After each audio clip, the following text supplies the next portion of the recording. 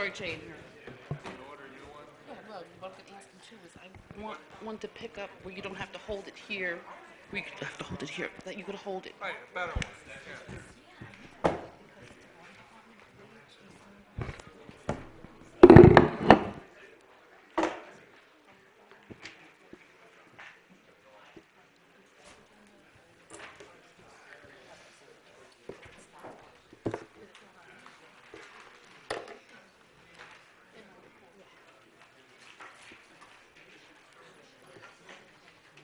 Oh, I only have one thing to say. Shocking. Here you go, We're on. Mayor. Oh, waiting for Dan. Ready? Everybody ready? No changes in the All agenda, right. right, Terry? At this time, good evening, everyone. At this time, I'm going to open the meeting with a short prayer and a salute to our flag. Almighty God, grant us the wisdom to make those decisions that are in the best interest of all of our residents. May the Heavenly Father of us all bless those who have given the ultimate sacrifice in service to our nation, and may He watch over and protect our servicemen and women now guarding the gates of freedom. Salute to our flag. I pledge allegiance to the flag of the United States of America and to the republic for which it stands, one nation, under God, indivisible, with liberty and justice for all.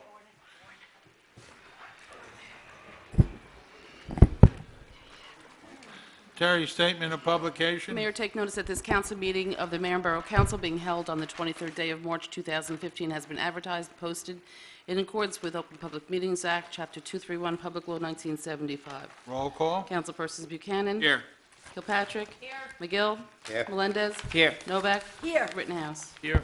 Are there any prior minutes? No minutes this week, Mayor. Okay, then we'll go right to the presentations. Yes. Milda Rosa? Yes. Yes, go right ahead. Thank you. Thank you for giving me. You know what, Milda? It might be better in the center because that way you'll be on the television. Oh, really? All right? Over there, we'll only hear your voice. Okay. All right, so as you present it to the governing body, you can turn and show the audience. All right? Well, thank you for giving me the opportunity. Terry, you want to give Milda a microphone? Oh, Pretty loud. close to the mouth, though. Go ahead. Okay. Good evening, everyone. My name is Milda Rosa, and I'm a community educator for a nonprofit organization here in the state of New Jersey called New Jersey Citizen Action. My job, I'm doing outreach for victims of Hurricane Sandy. Even though it's been 2.5 years since this natural disaster, we're still dealing with the aftermath. And I'm just here this evening to share with the city council member and the residents of Sayreville that there's still 2 programs available for victims of Sandy. 2 rentals assistance, one for homeowners and one for tenants. The homeowners just opened on March 16th, so they still taking application. And the tenants rental assistance will be, the deadline will be April 6th. So this is the reason that I'm here this evening, so I could share with you guys some flyers and posters. Okay, So, Milda, is this, is this with the county government, the state government? this is, yeah, it's the Christie administration, yes, Okay. it's the state programs. Okay, Yeah, I'm just doing the outreach for those programs. Okay. I'm just spreading the words. Okay. Like I said, there's 2 programs available, one for homeowners, one for renters. I brought flyers and posters, and I would like to leave that with you guys this if evening. you'd leave it with the clerk, please. If you want to read the copy of the poster, that would be fine. Sure, it's still need assistance to recover from Sandy. Housing assistance may be available to you. They speak 11 languages. They could go directly to the website. It's www.readnewjerseystrong.org to learn more about these 2 programs. They could fill out the application right online as well. Okay, Thank you so thank you. much. And if you give that to Terry, our clerk, we will put it on our borough website and our borough television station. Thank you so much. Everyone have a good evening. Okay, thank you, Thank you. Milda. They're on, yep. And I'll pick them up. Thank you. We have a presentation from the Main Street Bypass Committee. If you would come up, please.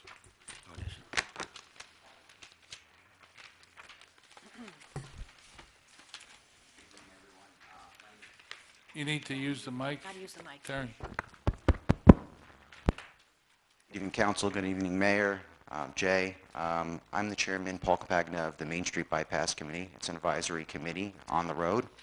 And I would like to share with you some of the findings that we've come across over the last few months of discussing the project, some of the options that we see that are on the table, and some of the recommendations that we have. I'm going to skip the vision statement, but let's go to the project as a whole. The project as a whole is going to go from Sayreville Boulevard all the way down to Chevalier. And in between, it will have connections at Kimball East, Kimball West. It'll have connections by Town Lake. Phase 1 of the project currently goes from Sayreville Boulevard by Town Lake and ends at Kimball Drive East in the Main Street development. And that phase has been approved by the DEP. Okay. How did we get here? We did a DEP submission on October 16, 2009. That submission was rejected on 9/28/2010. We did a second submission, 9/26/2013, and finally, it was approved on 4/10/2014. A question for the public.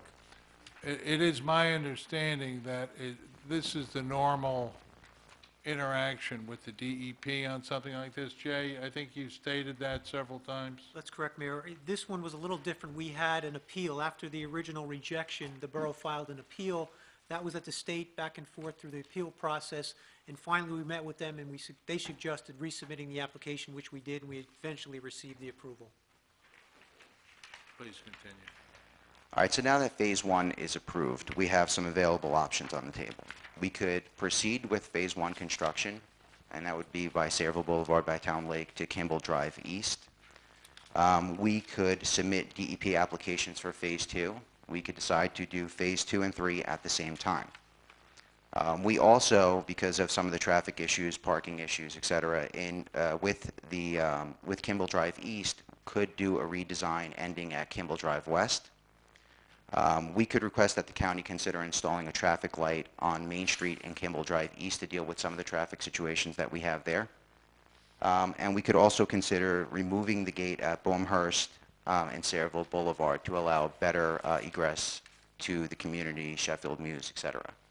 And those are some of the available options that we have. Do you have recommendations? We do have some recommendations. Let's just talk real quick about Phase 2. So Phase 2 of the project goes from Kimball Drive East and comes out on Crosman. Phase 2 of the project, in my opinion, I think Jay agrees with me, is the most difficult part of the project. Correct, Jay?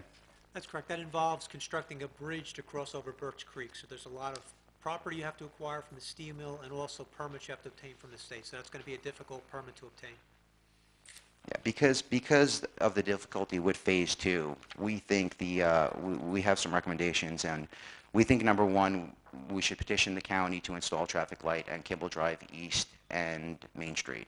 There have been a few accidents at that intersection, and it also is a situation trying to get out.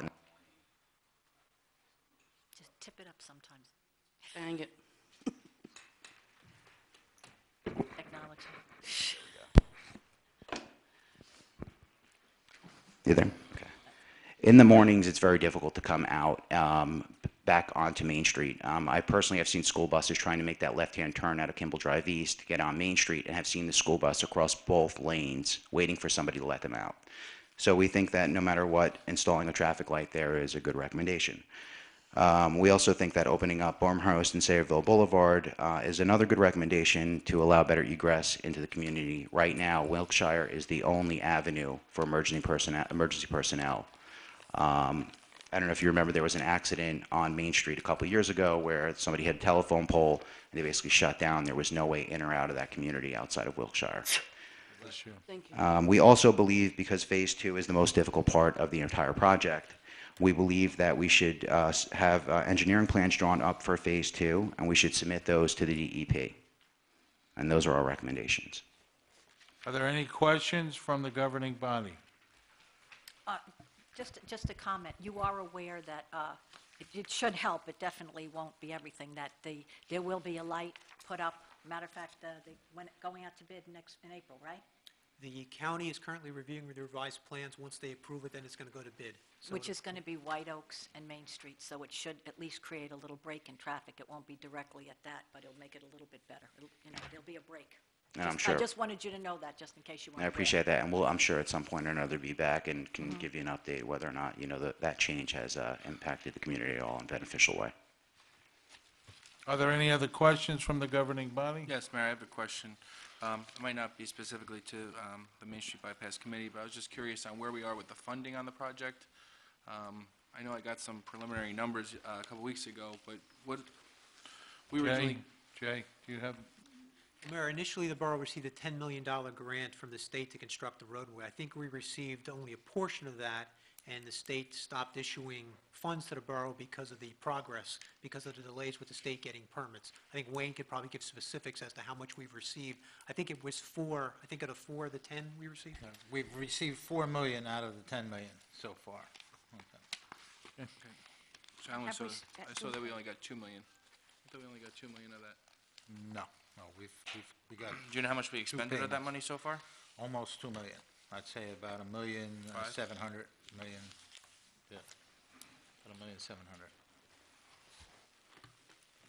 are there any other questions or comments? Yes, Mayor, Mayor, if you okay. don't mind. Oh, Arthur, go ahead. No, go ahead, Dave. Just one comment on Bamehurst. Everybody thinks that there's a gate there. There's not a gate there. There's a guardrail, an iron guardrail that no emergency vehicles can get through. So what we're doing is we're leaving Sheffield Town at the mercy of one entrance and exit. And I think that's something that we have to look at sooner than later, just for the protection of the residents who live not only in Sheffield Town, but Sheffield Mews, because if something does happen out at Main Street, there's no way anybody can get in, any emergency vehicles at all. And the guardrail goes completely across the road as well as the side of the road, so you can't even get around it, and then behind it, there's a mound. Arthur, while you have the microphone, will you explain to the public the composition of the bypass committee? The composition was made up, there's 2 residents from Modulewski, 2 residents from Main Street Townhouses. The people who were on from Sheffield have resigned over the years, and we've put out feelers, and nobody else has come forth. I've been at the meetings just as a facilitator and answer any questions I can. Really, the authority on everything has been Jay, who, has the intimate knowledge of everything that's going on with the bypass. Jay, if I may, quick question for you. How has this plan changed from the original conception plan where we got the funding? Has it changed?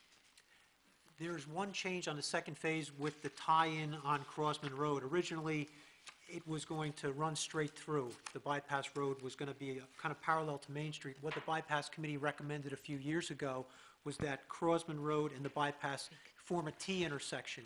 That way, the bulk of the traffic would be on Crossman as opposed to on the bypass road. But aside from that, the concept has remained the same. So for almost $2 million, we had one change. Well, the money was spent mainly on, you had probably $200,000 or $300,000 of that was just on permit fees going back and forth with the different outside agencies. And even though you received DEP approval, you still have other agencies that still have to review and approve Phase 1, MCUA, Freehold Soil, and the Army Corps of Engineers. Those permits are still pending. So before you can start any type of construction, those 3 agencies would have to at least approve the Phase 1 portion of the project. Would you have any idea what kind of time frame that would entail? Well, they were put on hold because of the DEP. Once the DEP denied the application, the other agencies put everything on hold, so it's been reactivated. They're in the process. We've been meeting with MCUA because the road is going to be built directly on top of their force main, so they have concerns with the added weight because you have to build up the roadway over their force main. So there's some engineering issues that we're working with them. The other agencies, Army Corps and Freehold Soil, are currently reviewing. I would anticipate Freehold Soil probably in the next month will approve everything. Army Corps has been difficult to get status reports for them, but they do have it, and they are reviewing it. In the past, Army Corps, how long does it take? Is it It like could going be, through it God? could be 6 months to a year. It's difficult to obtain Army Corps permit. Mayor, if I also might, I know that a year and a half ago, we met with the Army Corps, maybe a year, it's got to be a year and a half, almost 2 years ago. That was DEP, Mike, and No, I that's, thought it was the Army Corps also because they had offices up there, and they were favorable with respect to this But it was a while ago. It does take some time there. Yeah, we went to Trenton to meet with the DEP on the approval of their Right. permits, and Right. as a result of that, we were able to resubmit the application and Right. eventually get the approval. Are there any other questions or comments on the Mayor, if you don't Main mind. Street? Council President? How long has the bypass committee been in effect? I believe it goes back all the way till 2009, Jay? I believe that's correct, yes. Yeah, I've only been on the committee now for about, I'd say about a year. I know you gentlemen work very hard on this, and especially since the meetings are held in the evening, it takes a lot of time out of your day. When do you anticipate any type of something shovel-ready? When do you think bypass will start? I mean, it really all comes down to what the council takes as the recommendation on how to proceed from here. And when would we get that? It's up to the governing body. Yeah, it's This up is to the an governing body advisory, to make a decision. group Yeah. Made up And- of area residents who are directly impacted by the And by the rightfully so. road. I'm very happy it's area residents, but Thank you. that's almost, you were given 2 million to start, I'm sorry, 4 million to start? They weren't given any, the governing body was Hold given on, the hold money. on. You were given 4 minutes to start. They weren't given any money. How much money has been spent so far? Believe what he's saying is 2 million, but it wasn't up to us to make the decision ultimately how the money was spent. Who made that decision? The Governing governing body. body. Okay. When the governing body made that, did they know that they were getting Thursday night meetings? I think it's an advisory committee based on the impact of Yeah. Oh, no, I think you're the doing a great impact. job. I Yeah, think you're no, doing a no. great job. It's not a committee that will ultimately make the decisions on how the road is designed, how the road Yeah. is built. I think the committee that we're in is basically its concern of how the road may impact communities Yeah. and give just recommendations, but Yeah. ultimately has no power in what will happen or how it will happen. Yeah, because you know much more than I do about this, but without the bypass and the point coming, the streets are going to be clogged. Listen, Choked. I absolutely 100% agree with that. I think in my personal opinion, but the bypass needs to be as a whole as opposed to sections. If Yeah. it doesn't go from one end of town to the other, there's no point of There's having no it. point to it, yes. No, Correct. we're not looking for No, roads there- to nowhere. There is point. I mean, it gives an access, a rear access to all these residential areas on that phase one that would not have it already. Right now, they have no way of getting out some of these streets. The first phase would give that way out.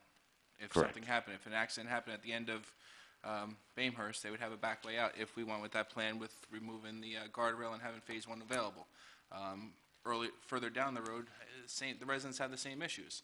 I think getting phase one is important to start it up and let's get going on it.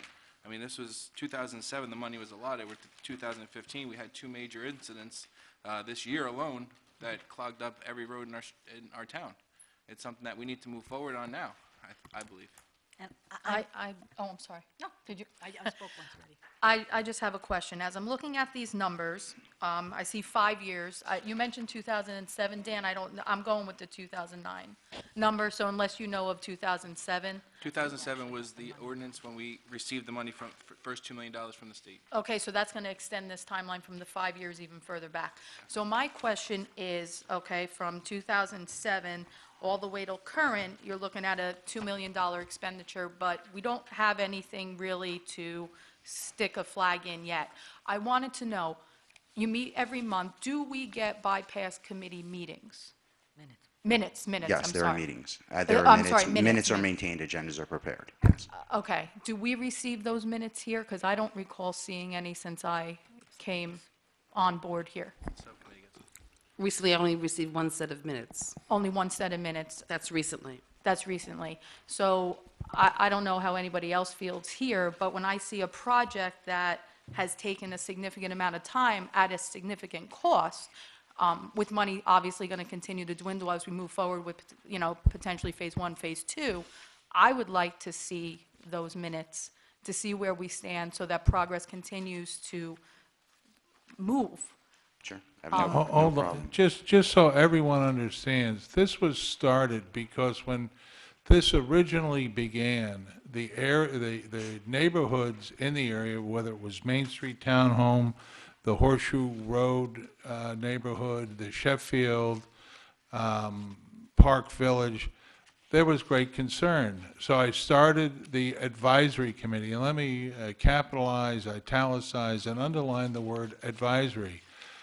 They are a group of area residents who are directly impacted by this bypass road. I created it so that they would have impact and input over how this was designed. They are not leading the bypass road. They have no legal authority over it.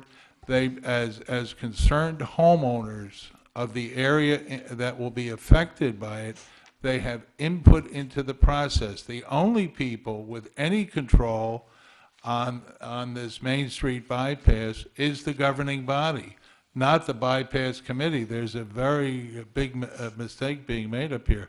They do not control the money, they do not spend the money, they do not direct the money. They are the people who live in that area who will be directly impacted, and it is their way of having input into how it will be constructed, which roads will be connected, and that is their function. The rest of it is not their function. I'm very grateful that they have taken the time, the interest, and the dedication. This is a lot of work that they do. And Arthur, I want to thank you for being the facilitator here. They have put, it's unimaginable the amount of time that they put in here, but they don't control the dime. So, They Mayor- do not so- control so, a dime. Mayor, are you just saying this in reference to my question to have minutes? No, you before- can have all the minutes you want. You know, there's no big secret about that.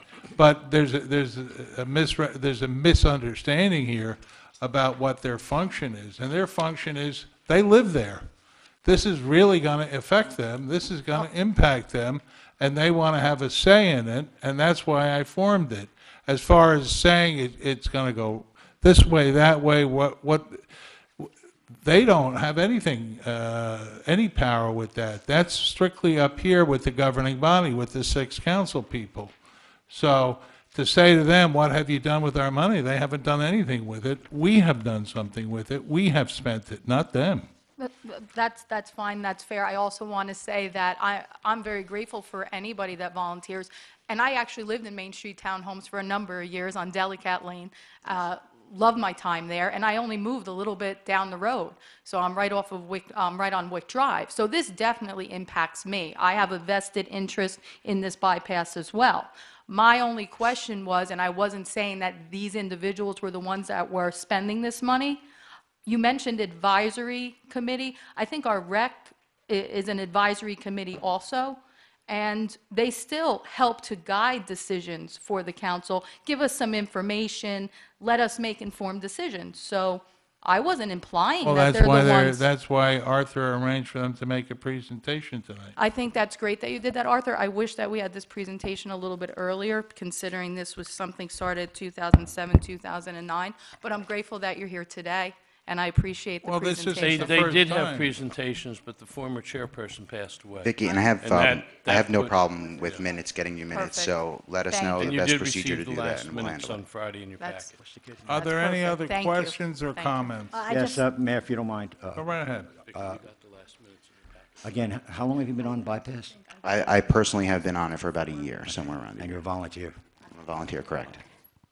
Thank you very much. It's, Mary, go that's ahead. wonderful that you do that kind of thing, because volunteerism is a tough thing to find these days. Thank you. Thank you.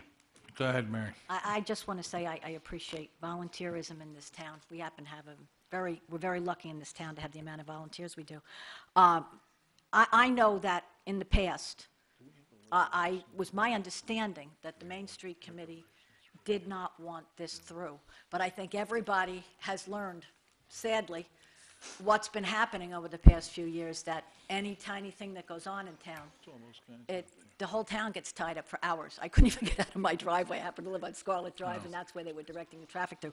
This would be the road where the residents would be alleviated, when the road that most of the passerbys use, which is Main Street, just trying to get through town.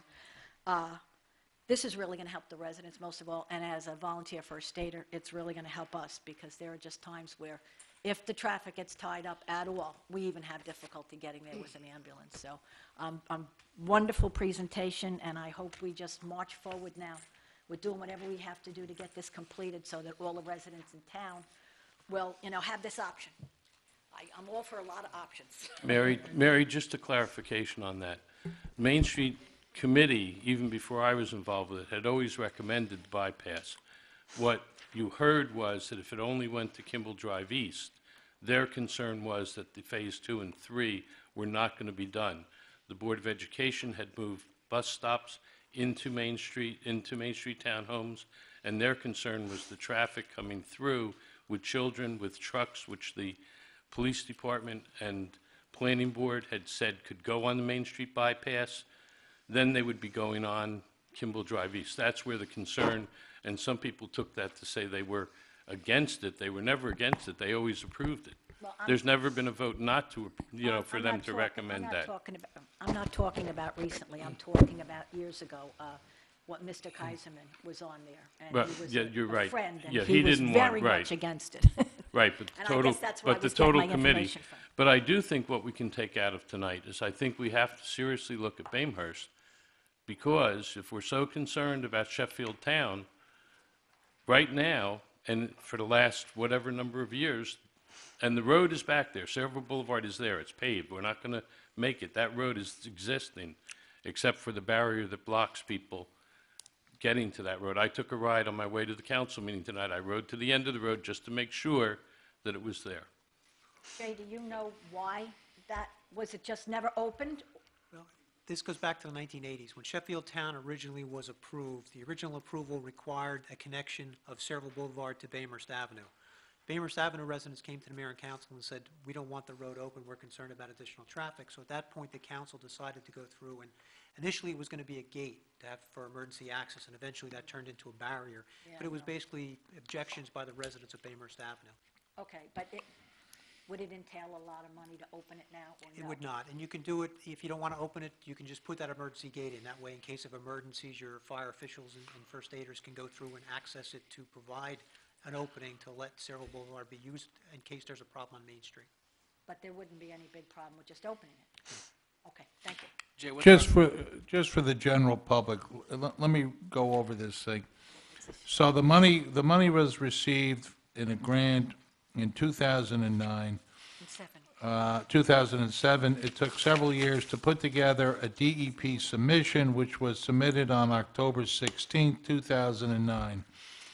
A little bit, 13 months later, or just about 12 months later, actually, it was, the initial submission was rejected by the DEP on September of 2010. So 3 years later, it was resubmitted after, I guess, numerous negotiations, Jay? Correct. And rewriting and, trying to find out what the DEP would want in order to make it work. So it was submitted September 6, 2013, and then it was March 10th of 2014 that we received, or that the borough received approval for this phase.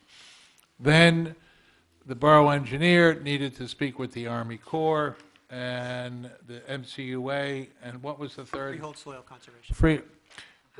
This is, when we built the boat ramp, it was a very arduous process requiring many applications, many rejections, and it's not uncommon because there's so many wetlands involved, or the crossing of wetlands.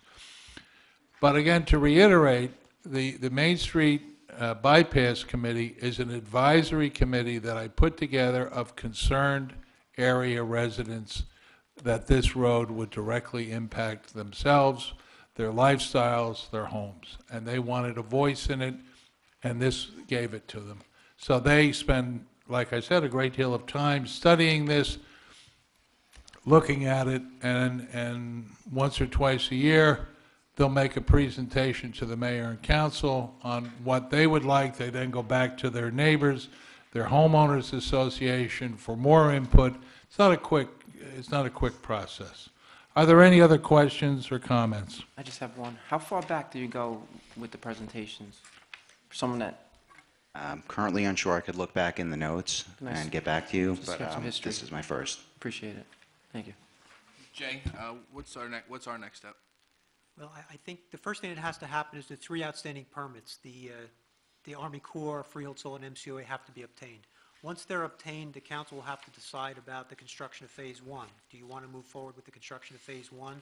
If you do you want to take into consideration the recommendations the committee is making before you go through and construct Phase 1? The other decision is, what do you want to do with Phase 2? The recommendation is the road should not stop at Kimball East. It should be extended at least to Crossman Road. Eventually, it'll be extended to the National Ed property, but because that is in limbo at this point, the design hasn't been finalized on that property, I think there's some concerns with making applications for that third phase. The second phase, you could go through and kind of run a parallel course where you have permits pending at the DEP for the second phase while you're getting your other permits for the first phase. I think that's really what the recommendation is. Correct. You need to move forward with that second phase because the committee's, one of their major recommendations is that that road does not stop at Kimball East. It eventually is at least extended until Crossman Road, until the National Ed property develops. What would be our cost? About approximately our cost for that? For the Phase 2 to Crossman's Road from Kimball East. the construction cost is probably a couple $1 million construction cost. Hey, Jay, well, we're looking at what, 10 million on the line? The line number was 10 million? The initial grant you received was Yeah, for 10 million, okay. yes. Thank you. Thank you, and thank the committee. Thank you, Mayor. Thank you, Council. Thank you very much. Jerry? Do we need to make the decisions tonight, Mayor? At least Jay? one way to go? Do you need direction from the Well, I think, council? Mayor, if the council wants to move forward with the second phase, you typically would have a resolution authorizing that. So if you like, I can prepare that, speak with Wayne and get that on Well, your the agenda. council would need to decide which option or options they wish to entertain Well, Mayor, at this point, you're of the not, recommendations. you're not ready to go to construction with Phase 1. The only thing you could authorize at this point, if you want to move forward with the second phase design and proceeding with those permits, you could do that. So that we're not stagnant, just waiting here for Correct. the At least permits that's for moving Phase forward 1. as well, yes. And at the same time, open Bainhurst. We can do That's that right something away? you can probably in-house through your Public Works Department. They Jay, probably would could you do that. put this under your report on the agenda portion? Sure, I will, Mayor. Thank you.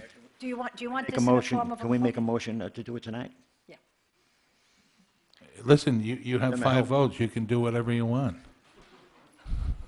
Hey, look at that, the peanut gallery's here. I'm glad you realized that. Okay, I make a motion that we authorize the engineers to start filing permits for the next phase of this at the same time while we're waiting for the other phase, and open Bainhurst Avenue, and even maybe at the same time see if the county is amenable to another light on Main Street. Let's do it all at once, so we're not held up. So Mayor, you're suggesting that we open it up totally, Bainhurst, or do the security gate? I'm for opening it entirely, so people can Yeah. drive through and get off, Main Street if they need to. The residents sometimes come out, at least this way, if they're going in the opposite direction, they can go down, get out that way. It's difficult sometimes for the residents to even make a right out of there and go the other way in the county, down the county road.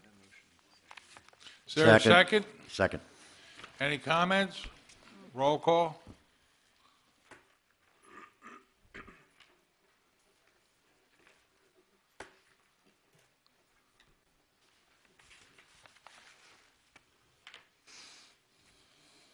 Councilpersons Buchanan, Yes. Kilpatrick, Yes. McGill, Yes. Melendez. Just a comment on traffic. Do we do any study to make sure that the street currently has the ability to, so I know a kid got hit there last year, and I believe there was not enough speed signs. Maybe you guys can speak to that. Baumhurst? Yeah, I believe there was a,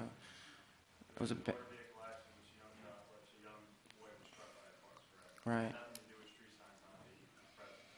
I'm asking a question. Is there anything else that we should have done, or that streets prepared for additional traffic is my question?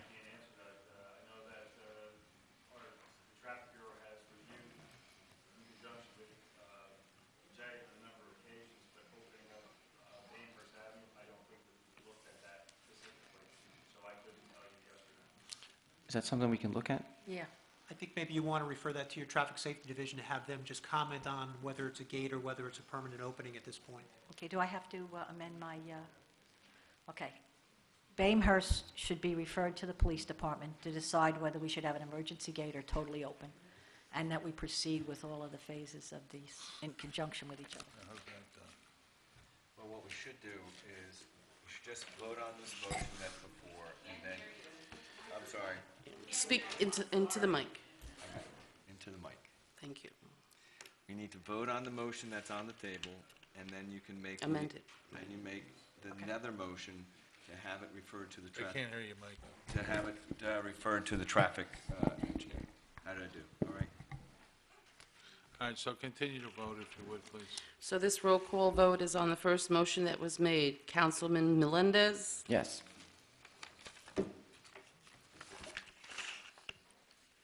Novak? Yes. Rittenhouse? Yes. Now you can go ahead and amend the motion. No, just make it a separate motion. Okay, I make a motion that we amend the first motion and send the Bamehurst part of it to the traffic safety first to see whether we should have just the emergency gate or open the road entirely. Second? Roll call? Thank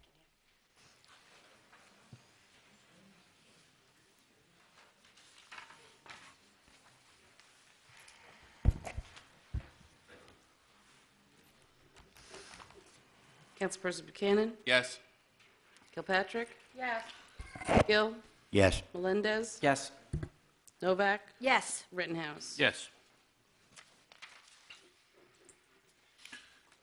Okay, at this time, I'm going to open the public portion on ordinance 284-15, an ordinance to supplement and amend chapter, what's that, 19 of the Water and Sewer. 14. Barb? Yeah, because the other one's right there on the table. Thank you, Bypass Committee. Barbara Kilcummins, 22 Schmidt Street. Here I go again. When was the last time we had a sewer increase? 2012. Okay, January of 3 years ago. I always bring up, since we're the host to the MCUA, it behooves me why we just have total increases all the time. I definitely wouldn't want to be Class F for the cost of what's going on there, and the cost per cubic feet, per gallon, whatever.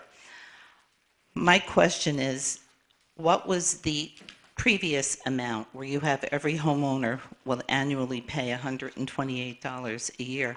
What was the previous amount? Wayne? I'm See, he's looking. looking for it.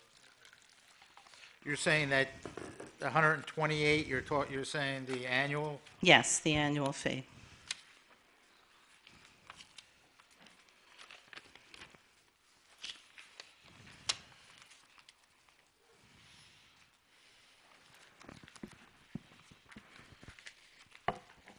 Are you talking Class F, Barbara? No, this is total. Okay, in 2012, it was approximately, prior to 2012, it was $100 a year, $25 a quarter is what they've estimated. So we went up Water and Sewer $28. Department. Speaking to a few people, you mentioned our water rates are based on the amount of the sewer or part of the sewer or vice versa? What is it? The water- sewer is based on water consumption Consumption, during the winter months. The 2 quarters, the sewer rates. right, as opposed to the entire water consumption for the year. So it doesn't take into effect your summer water consumption, say sprinkling the lawns or people that have Right. pools or even washing your car. Well, see, during that was summer. my next question, too. Speaking to someone at the MCUA, they have no differential between domestic sewage that comes out of your toilet versus what's coming through the storm drain. And the storm drain, it Well, all let's say- goes... Can you repeat that? There's no... They said to differentiate part of it, a lot of it is the storm drains that come through, the runoff from water, from whatnot. That doesn't go to I CUA. don't know about that. Jay, can you comment on I'm not an that? engineer, I My- can't comment on that. Barbara, that's the infiltration inflow. Sometimes if somebody has a sump pump that's connected to the sewer illegally, that goes to MCUA, and Right. it's not something that they can measure. So I that think person's that's what not they charged meant, for it. exactly, Right. that you can't measure that. That person's not charged for that. I think that's what they're saying. The storm I- sewers That's- don't go to the MCUA. Yeah, that's flow that goes to the MCUA that is not being charged. No, for. it does go Right. to the So- MCUA, it's just that. I'm sorry.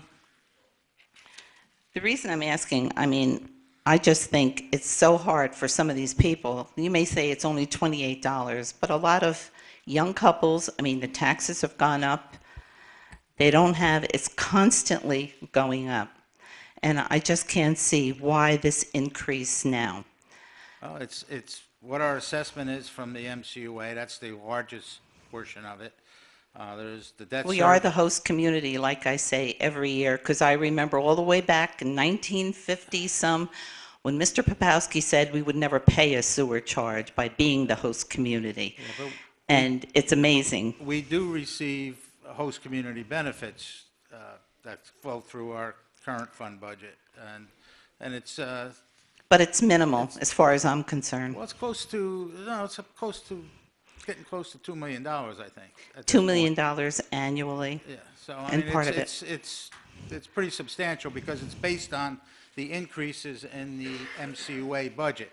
For the percentage increase that every year that the MCUA budget goes up total, that's the increase that we receive in the pilot it's actually a pilot, a payment in lieu of taxes, it's not host community. Well, I know with Sandy, Consider they it had to host make a lot of improvements in the infrastructure and everything else. I mean, they had, the pumps that went down and whatnot. But they did get Grants. Grants Or state and aid aid. for that, or Yeah. FEMA aid for that. Right. Was millions. So for a I've been portion keeping of it, track yeah. of that also.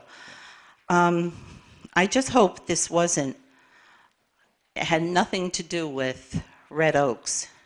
And I believe now, I mean, what are they, in litigation, they're suing us, or we overcharged them $300,000. They're in the process of selling, and That is water, that has nothing to do with the sewer. sewer rates. No, where we lost, we were unsuccessful in litigation with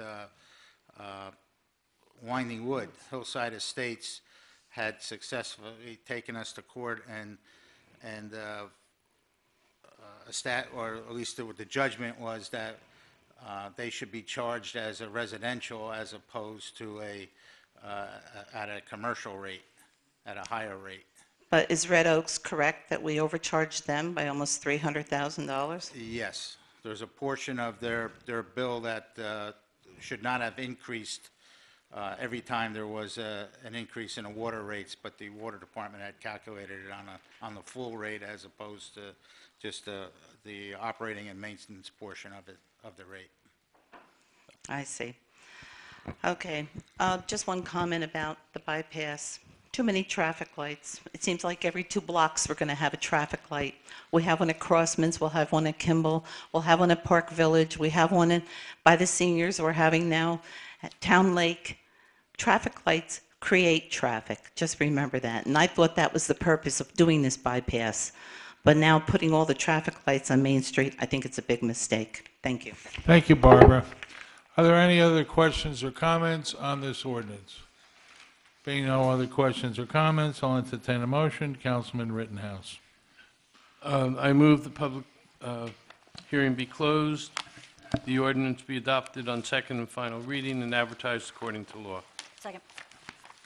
Terry, if you would. Councilpersons Buchanan? Yes. Kilpatrick? McGill? Yes. Melendez? Yes. Novak? Yes. Rittenhouse? Yes. Okay, I returned ordinance 28015 and 28115, which was basically the Sayreville Day Committee and the Recreation Advisory Committee ordinances unsigned. My single largest objection is each group will allow non-residents to become members. And under the laws of New Jersey, you don't have to physically attend a meeting. You can attend it by phone, as has been demonstrated here.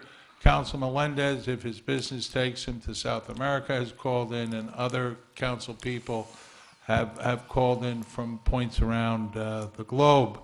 That being said, I think it's a big mistake. It's not, there's no clarity as to what a property owner exactly is.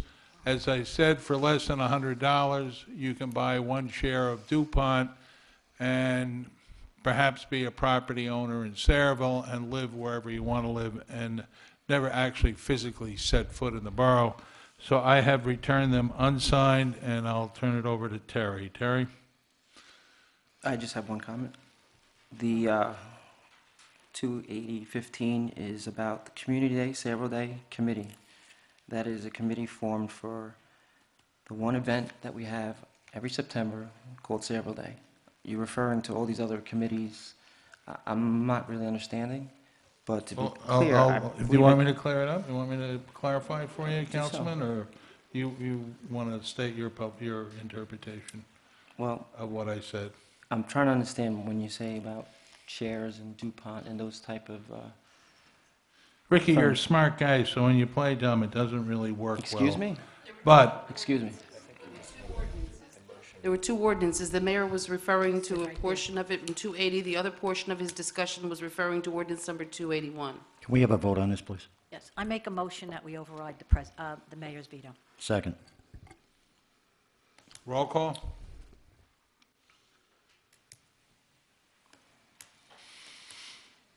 Who seconded that motion? Second. Thank you. Councilpersons Buchanan, Yes. Kilpatrick, Yes. McGill, Yes. Melendez, Yes. Novak. Yes, with comment. For all of you, most of you people that were here, you already heard these comments at the last meeting, but for the people that were not here, I will repeat them.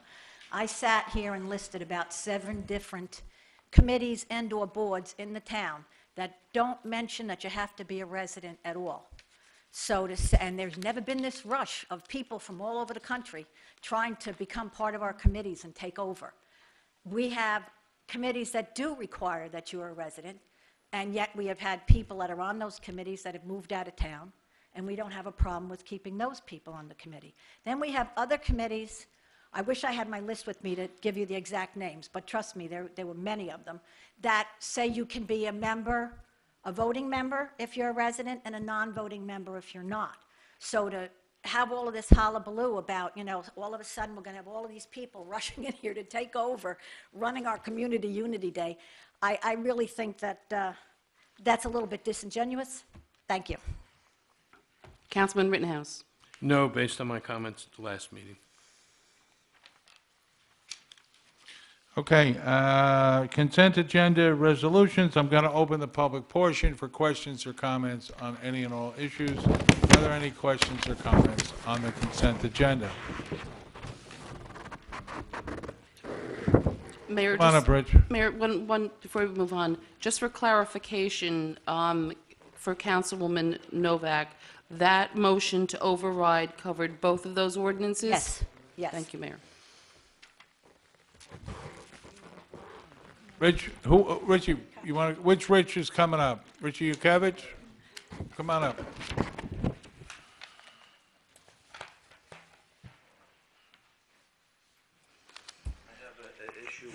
Rich, can you pick up the mic, and I need you to state your name and your position, please? Richard Yurkevich, 78 Hillside Avenue, President of AFSCME 3527. On the agenda here, you have 2015-87, approve a stipend of $15,000 for the use of Dave Leitner's T4 license in accordance with the Department of Environmental Protection. My issue is, according to the borough ordinance, the director is supposed to maintain a T4 and W3 license prior to appointment, before he's even hired. His qualifications are to fill vacancies for a new position shall be limited to qualified persons who have been interviewed, tested concerning such factors as education, experience, aptitude, knowledge, character, physical and mental fitness. And there is a preference to borough employees. Current water treatment employees are more qualified. So I want to know why we have to pay $15,000 to Dave Leitner if the director's supposed to maintain a license. Dan? Mayor, the DEP came down with a ruling that is requiring two entities in the department to hold either a T4 license or to be, I'll call it the director of the department. When Bob Smith was hired, Bob Smith knew that he had to go and apply for his T4 license in order to hold it. Because he has not passed the exam for the T4, and I believe is actually going next month again, the DEP has told us that we need to put someone in place that does have a T4 license, with the second person in command being the director. That is okay according to DEP and their regulations. Because we do not have a T4 licensed person in place with Bob Smith, we need to put someone in place according to DEP. And this will also take place because Bob Smith, as a director, has a waiver for the second position as a director, but according to DEP, there will be two positions that are needed to have a T4. So we have to have a T4 for two positions, but because Bob Smith is a director, he drops down to the numbered second position as it stands now and is accepted by DEP as, I'll call it, I guess for no other better terms, as a waiver.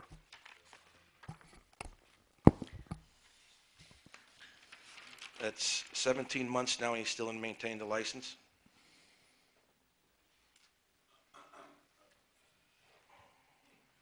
There was a committee that was put together to hire the new director of the Water and Sewer Department.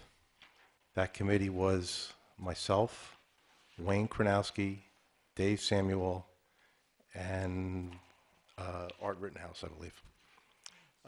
We all, is that right now? No. I'm sorry. Okay, just the three. No, Was it Ricky? probably Ricky Melendez. Okay, I'm sorry. That was Ricky. Councilman Okay, I'm sorry. Melendez. Councilman Melendez. We all sat down and discussed the candidates that we had. When we hired this candidate, he assured us that he would go for the continuing education that he needed to get a T4 and applied. He has applied, I believe, twice to get the license. My understanding is that license is a very difficult license to achieve. I believe that he has put in good faith in trying to get that license. I think he's going again next month. And we have all agreed, as far as the committee is concerned, along with mayor and council, that Bob Smith was the best person to head the department at that time and at this time. My question is, we have borough employees that are qualified for the position. Why weren't they looked at? They were looked at and they were interviewed, and the committee felt that they were not qualified. They were not qualified, but they have the license. Not qualified for the other aspects of the job, not just of the license. Well, something's wrong here, because it's 17 months already, he still doesn't have the license. That's my issue. If he can't pass, if he can't pass and he went twice already, Rich, what? hold on. If he can't pass the test and he went twice already, what is he still doing here? How could he be more qualified? Arthur, I would recommend that you review this with your committee and Yes, come I up with plan a- to do that, Mayor, and it's also several other issues we want to discuss, to get our water and sewer department going in the best positive manner that there is. I haven't had time to go around and talk to the water and sewer, unfortunately, due to the weather. Each time I was planning on doing it, we had rain, snow, sleet, and different things, but within the next 2 weeks, I will probably be visiting the facilities and working with the committee. Richie, I will tell you, I mean, I've, for the first time in 16 years, I'm having great concerns about labor unrest. I've always believed that you work with your employees in a fair and equitable manner, and you ask for a day's work for a day's pay, and it's always worked out well for 16 years. Now I'm having a great deal of unrest and dissension and dysfunction in the water department, and I'm going to instruct Art and his committee to find out why and what needs to be done, because I think it's getting to the point of no return. I think it's at a very dangerous level, and I can't have that in the borough. This is a vital service. I always found the employees put in a day's work for a day's pay. They were dedicated to it, and I do not like what's going on now. I don't like the haphazard way and the way the department is being run, and it's going to get rectified. All right, because, you know, we'd never had any issues till Bob Smith came, just so you know that. There was never agreements ever filed there. That director, Mr. Triolo, would call me if there was any issues, and that was very rarely. Correct. Thanks, Rich. Anybody else have any issues?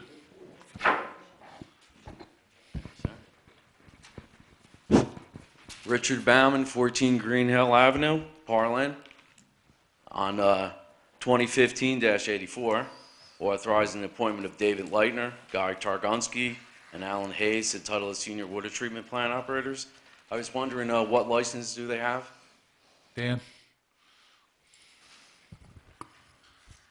Rich, I'm going to have to get back to you on exactly what licenses. I don't have it. Well, we know that Dave Leitner has a T4, right? I don't have their licenses. Well, it's Resolution 2015-87. We're paying a stipend of $15,000 to David Leitner to our T4 license. So obviously we know he has a T4, right? Yes? Obviously, Yes, Mr. thank Leitner you. has a T4. Now, this $15,000 stipend, is that yearly, bi-yearly, monthly, Annual, annual? Once a year? paid on a monthly basis. All right, thank you. And I know Mr. Yukevich asked, how did he get hired when it says in our ordinance he has to hold at least a T4 and a W3 prior to appointment? He had the W3. There is no going around. It's at least prior. He has a W-3. At least I'm and sorry, which one? He has one of the licenses. When he was hired, didn't he maintain one of the Yes, licenses? Yes, The but he doesn't have a he didn't T4. have. It And says he was- T4. The mayor and council took the recommendation of the search committee to hire Bob Smith for the All right. director. Now, he still doesn't have his T4. Yes? T. T4 and to my T4, knowledge- yes. He still doesn't have his T4?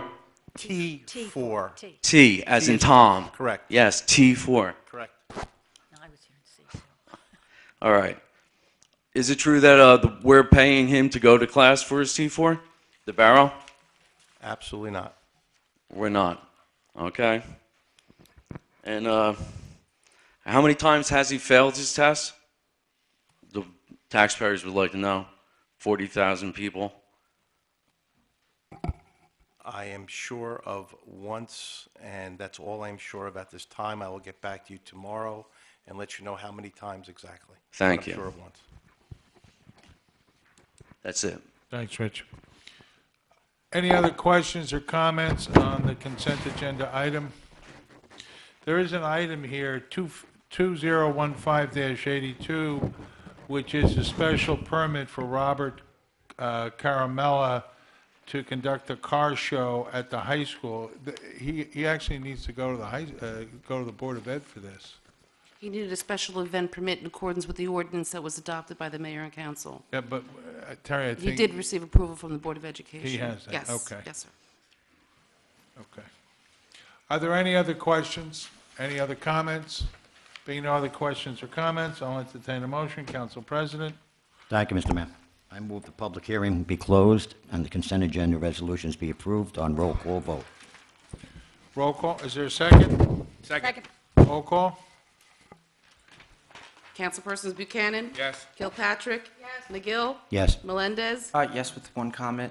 21589, this is the RFP for the consultant for the radio communication system that the police are looking for. We did receive your letter, and I obviously know that you've been working with our IT person to bring this guy on, so we would like to move forward quickly once we approve tonight, so we will be able to install this radio system that's in dire need. Novak? So, yes. Yes. Rittenhouse? Yes. Okay, committee reports, Administration and Finance, Councilwoman Novak. Yes, I'd like the following minutes and reports to be received and filed. Board of Education minutes, March 3rd. Municipal Clerk's report, February 2015. Supervisors of Senior Citizen Activity Report for the month of February 2015. Is there a second? Anything else, Councilwoman? Yes, Mayor, I would like to have a committee, the committee for the pilot to meet with the Board of Education, be myself, Mr. McGill, and Mr. Buchanan. I'd like Mr. Rittenhouse on that, being as he spent many years on the Board of Education. I'd like you to consider that. This is the committee for the pilot. That's going to meet with the board. I assume there's no discussion on that. So we have no one with experience doing this, but that makes sense in a bizarro world. All right. Mayor, can I have a repeat of that committee? That was Councilwoman Novak? Novak, Buchanan, and McGill. Is there anything else, Councilwoman? Are we including Councilman Rittenhouse? Yeah, No, it you would be a can't, quorum. right. I can only have three.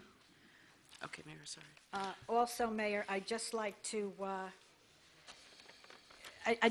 say that I want to thank everybody. It's been almost 7 weeks now that I broke my ankle, and the outpouring of support and love that I have received from my fellow people up here, the residents in the town, fraternal orders, different organizations through the town. I've received fruit baskets and flower arrangements and cards and mask cards, and my Facebook lit up when I first broke my ankle. I was feeling a little bit klutzy, and I didn't want everybody to know, but I tell you, I just want to thank everybody.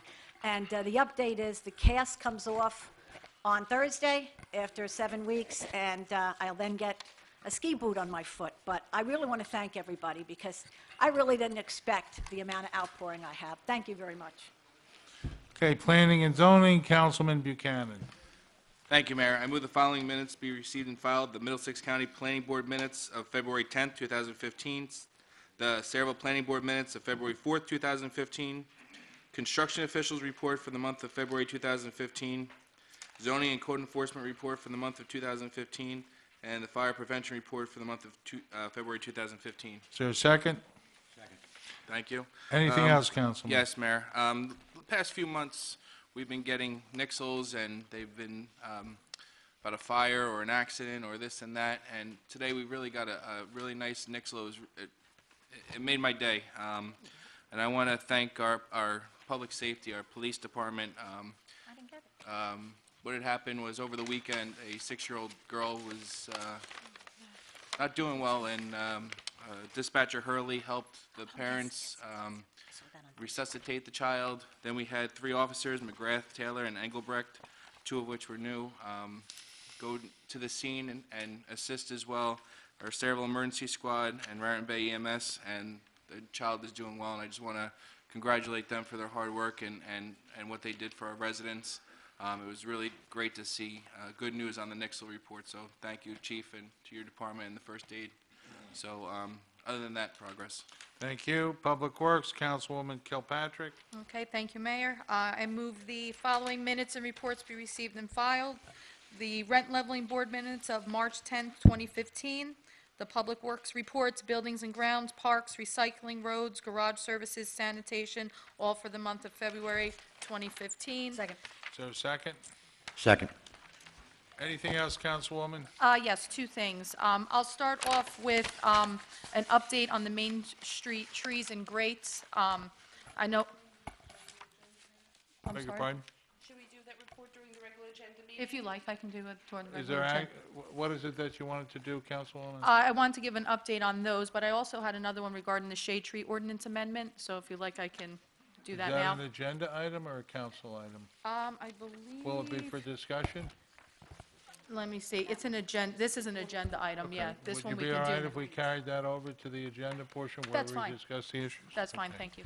Is there anything else, Councilwoman? No, that would be all, thank you. Thank you. Recreation, Councilman Melendez. Thank you, Mayor. I move the following minutes and reports be filed. The Recreation Director's Report of the month of February 2015. Second. Anything else, Councilman? Just one thing. Today, the Recreation Department launched a new website. It's called CerebralRec.com. And this new site will allow online registration for all the Recreation Department activities, information as far as the latest schedule of events. It's pretty cool because it's very innovative. It allows the Recreation Department to not manually enter or receive checks as they used to do in the past. And it's very informative, this working with our new IT person. I'd like everybody to go take a look at it. Again, it's sayreville.com, and it actually went live today. So thank you to Jerry Yost and Tom Brackham from IT. This is one of the things I keep talking about to actually make things a little bit faster and better. And today's the first start of it. So I'd like to thank those gentlemen and invite everyone to take a look. Rick, Mayor, may I ask just Go one right question? ahead. Is this the site that we will start being able to register, like for the Mommy and Me, the summer Right. programs? Every Recreation Department activity is now available. You can download the application, do it online. We're actually going to put a computer in the Recreation office. So when people come in, they don't have to fill out paperwork anymore. They will do it online there, or maybe they can do it from, you know, a beach in South America if they like. That's the great use of As long as they technology. phone it in. Okay? Anything else? No, sir. There you go. Water and Sewer, Councilman Rittenhouse. Thank you, Mayor. Move the following minutes reports be received and filed. Water and Sewer Director's Report for the month of February 2015. Second. Anything else, Arthur? Yes. Last week, I believe it was on Wednesday, we had a major break in the sewer line at the Morgan Pumping Station. I want to commend our Water and Sewer Department for the work that they did on that. They were working 24 hours a day. It seems that the problem was that New Jersey Natural Gas installed this past fall, a gas line that ran in between Old Bridge Municipal Utilities and the Sayreville line. We feel that there was damage done to our line that was caused by that. The recommendation was made today. I had made this recommendation late last week when I went out there for our attorney to file a notice with New Jersey Natural Gas that we will be pursuing something, and I believe you have done that, Mr. DuPont? No, Mr. Rittenhouse, I just got the memo today, so I'll be filing that tomorrow. Okay. Do we need a vote from the whole entire council before the attorney's authorized to file a suit? Well, I'm not filing a suit. All I'm doing is filing a notice of claim. All right. Doesn't that still require a vote of council? Again, you can authorize me to file it. That's what you all are asking. Arthur, anything else? Do you want to put that in the form of a motion so we can just all... Yeah, we can do a motion, because if it goes into legal, then he would already be ready to go. I would make a motion that our counsel, Mr. DuPont, file not only a notice of claim, but also in the future, if there's legal action to be taken, that he be authorized to take that legal action against New Jersey Natural Gas. Second. And do this in conjunction with Old Bridge, who is also considering filing a suit. Second. Roll call?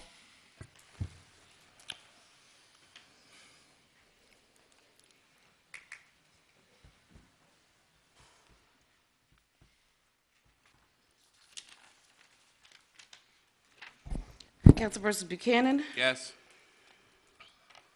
Kilpatrick, Yes.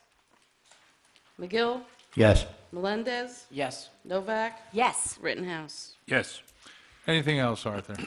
No, that's all for now. Thank you. Thank you. Public Safety, Council President McGill. Thank you, Mayor. I'll move the following minutes and/or reports be received and filed. Number one, the Municipal Court Administrator's Report for the month of February 2015, the Police Chief's Report for the month of February 2015, and the Board of Health Registrar and County Reports for the month of February 2015. Second. Anything else, Council President? Yeah, just a couple of comments. What Danny had brought up about the three police officers and Dispatcher Hurley. Once again, we see municipal employees stepping up, way up, and a child's life was saved. And I am aware of the hard work that Water and Sewer put into that water main break during that cold weather. Once again, they took care of the job, they took care of us. I commend them all. Thank you. Just one other thing, Mayor. I'm sorry. I would like to submit the name of Shane Schaefer and Raffinello as the new ABC attorney, and I have also given everyone a resume on them. Shane Schaefer and Raffinello. No, that I'm not Why aware would of. that stand in the way? That's the resume. Everyone up When here did has we gotten get the their resume? It should be, yeah, Terry, was that resume in the packet? we just passed it out. Well, by all We just means, missed that's a qualifier right there. There you go. He's the master of the, he's the master of the one answer. Got any more extras there? Yes, ma'am. Did we have an RFP for an ABC? Were there any other respondents? Is there any qualification for this? And what's the qualifier on this firm? Is this a new firm? Was this part of the original respondents? I don't believe so. No, Ah, this is a new firm. well, even more of a reason to appoint them tonight. I still don't have a resume. It's heading your way, Skip.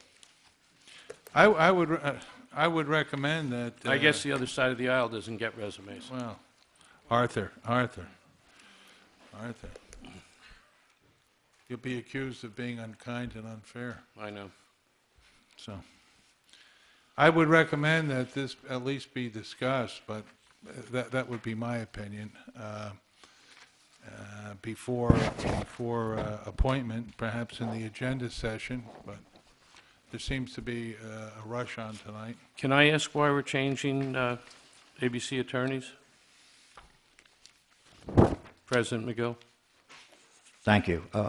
We've taken a good look, and we feel that they are Who's more we? than qualified. Who's we? Myself and safety, public safety. Really? Yes. It's amazing.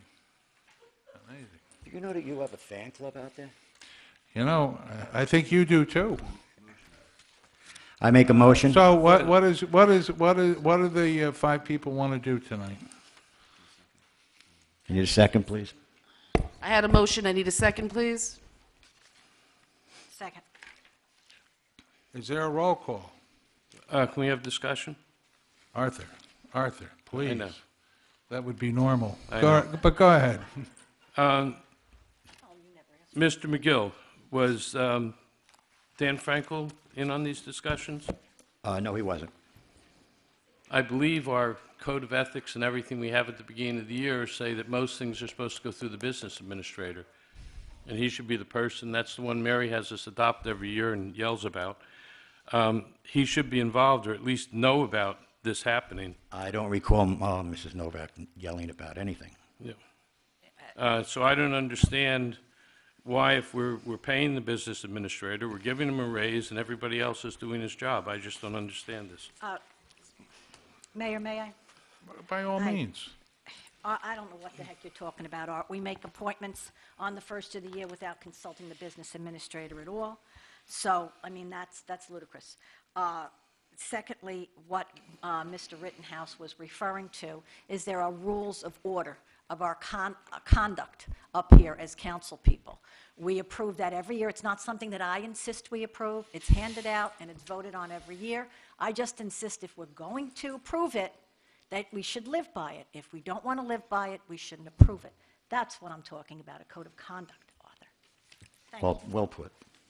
You have a second, Mayor? Do we have a second? I have a second. Are there any Motion other for comments before this 5-1 vote goes on? Okay. Terry, roll call. Councilpersons Buchanan? Yes. Kilpatrick? Yes. McGill? Yes. Melendez? Yes. Novak? Yes. Rittenhouse? In a second, I'm still reading over, I want to see, do we have save me some time, how much is this person going to be charging us? Do they have any experience? Mr. McGill, do we know I mean, how I much, assume they how have a much we're going to be JD. paying? No, I do not right now, Mr. Rittenhouse. So we're going to approve something else without We knowing sure how are. much it Yeah. is. Yes, we are. We just did. Well, that was well discussed and well thought out with the Public Safety Committee. There's no price Okay. and there's no experience, so by all means, hire them. No, based on my comments, based on the fact that we have no clue as to how much we're going to be paying for this. It's nice to be able to write your own check. Some people are lucky enough, working for the prisons, things like that.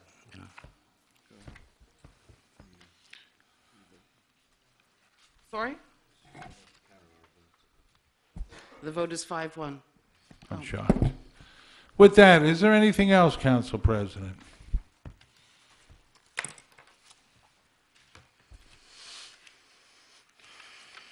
Anything else, Council President? No, Mayor. Okay. With that, I did want to let everyone know that we're saying goodbye to a very, very dear friend, Martha Hartle, who's moving with her daughter down to Maryland. Martha, I think, is close to being well, I can't, Vicky, you'll have to help me pronounce the word, centenarian? 100, she's several years off from it. She has all her faculties. She is well poised. She is perhaps one of the most charming people I've ever had the pleasure of speaking with and interacting with. I think Art, well, a gentleman never discusses a lady's age, but she's as beautiful now as she was when she graduated high school. I want to thank Martha. She was a tireless volunteer in our borough, particularly at the senior center, and I wish her Godspeed, and I hope she looks forward to the next part of her life, enjoying it with her daughter and her grandchildren in Maryland. So Martha, bon voyage, safe voyage, and we hope that you adjust well to the state of Maryland. That being said, that did create an opening on the Planners Commission at the Senior Center, and they have said emphatically that they will forward a recommendation to the mayor and council to fill that slot. And let me repeat the word, emphatically. This is their committee, their senior center. They run it, and they have always run it, and they want to continue to run it. The tradition has been they send the recommendations to the mayor and council, who promptly appoint their recommendations. Of course, that's always subject to change. That being said, I'm going to open the public portion for questions or comments on any and all issues. Are there any questions or comments for the public portion? Let me get our boys in blue first. Doug, come on. Yeah. Tom, you're a gentleman. Come on up.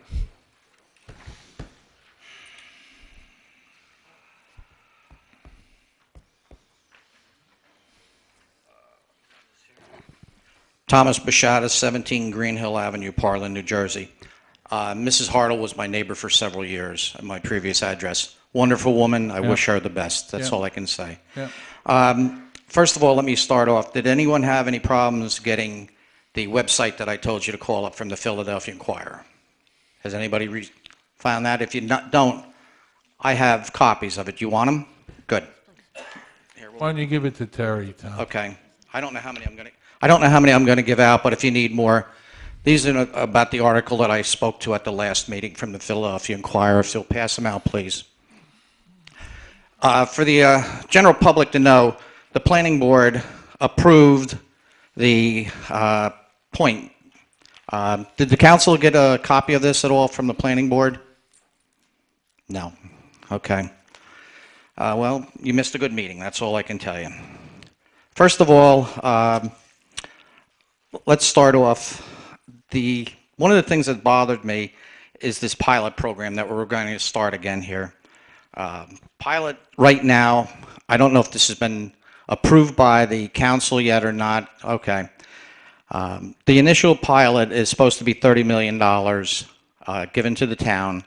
$19 million is going to go to the school system. I would recommend that this be renegotiated, and I'll give you several reasons why. First of all, let's start in 2017 and 18. They're going to start building the apartments, townhouses.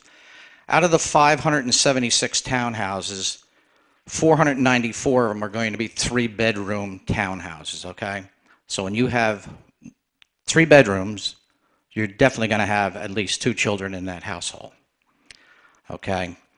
Now, if you take 494 times 2, that's 988 students going into the school system. Now, the other 82 townhouses are going to be 2 bedrooms, so you're going to have at least 1 child coming out of that. All right, now let's go with the rentals. According to the builder, Mr. O'Neill, 40% of the apartments that are going to be built, which are 1,424, they're going to be 2-bedroom apartments. Now, 40% of 1,424 comes out to be 570. And add the 3 numbers together, 988, 82, and 570, gives you a projected, a rough estimate of about 1,640 students that will be coming into the school district. As present day cost, which is about $11,000 per student, times 1,624, you're looking at $17,864,000 at today's numbers, okay? That's just today. And that's going to be, this along with the current budget, which is almost $89 million, recurring cost, now 17.864 million out of 19 million, that only goes for, what, a year and a couple days? It doesn't make sense. You know, I've been in town all my life. I enjoy being in this town. You know, we've got to start thinking what the hell's going to happen in this town. You know, one of the planning board members says, yeah, this is the first contractor that came in and it's going to give a pilot money back to the town. But let me say this here. We're going to lose money.